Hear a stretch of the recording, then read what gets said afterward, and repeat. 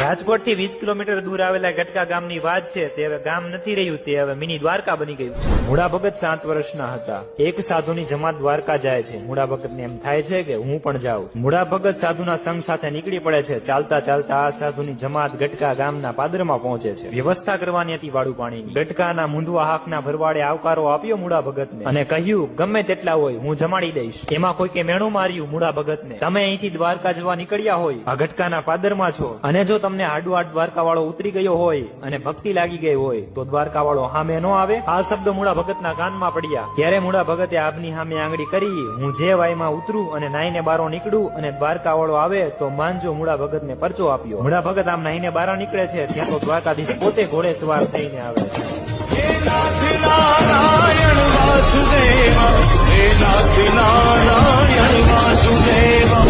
અને પછી મૂળા ભગતને પરચો આપે છે. આજે પણ ગટકા ગામ